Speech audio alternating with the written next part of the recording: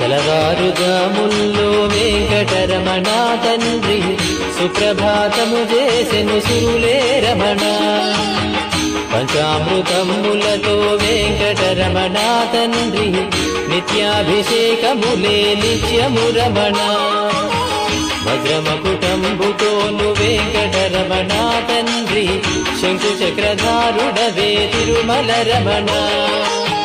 మూడు నామాలతోను వెంకటరమణ తండ్రి ముల్లోకములు ఏదడి మూర్తి విరమణ.